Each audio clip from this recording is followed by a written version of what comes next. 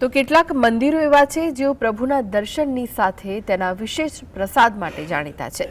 અમદાવાદમાં આવેલા જગદીશ મંદિરમાં ખાસ માલપુવાનો પ્રસાદ બને છે। જગતના નાથના દર્શન કરવા આવતા ભક્તો કાળી રોટી એટલે કે માલપુઆ લીધા વિના જતા નથી। આમ તો અમદાવાદના જગન્નાથ મંદિરમાં પ્રતિદિન માલપુઆ બનતા હોય છે, પરંતુ રથયાત્રા પહેલા ભક્તોની સંખ્યા વધતા માલપુઆની ક્વોન્ટિટી પણ વધારવામાં આવે છે।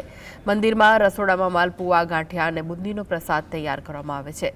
ગોળ ઘઉંનો લોટ ઘીથી બનતા માલપુઆ બનાવવામાં પણ એક કળા છે। ઘરે બનાવાતા માલપુઆ કરતાં મંદિરમાં બનતા માલપુઆ કંઈક અલગ જ હોય છે। મંદિરમાં માલપુઆ બનાવવા માટે ખાસ કારીગરો છે।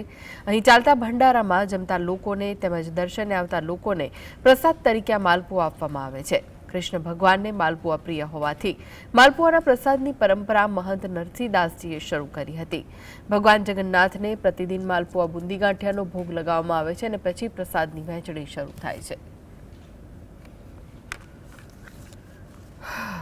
અમદાવાદના જગન્નાથજી મંદિર છે તે જગન્નાથજી મંદિરનો જે માલપુવાનો પ્રસાદ એટલે જે કાળી રોટી છે તેનો પ્રસાદ છે તે જાણીતો છે અને અહીંયા મંદિરે આ દર્શનાર્થે આવતા ભક્તો છે તે આ પ્રસાદ અવશ્ય લેતા હોય છે। રથયાત્રા નજીક છે ત્યારે મોટી સંખ્યામાં જે ભક્તો છે તે જગન્નાથ મંદિર દર્શન કરવા આવી રહ્યા છે અને આથી જ જે માલપુવાનો પ્રસાદ છે તે મોટી પાયે છે તે તૈયાર કરવામાં આવે છે।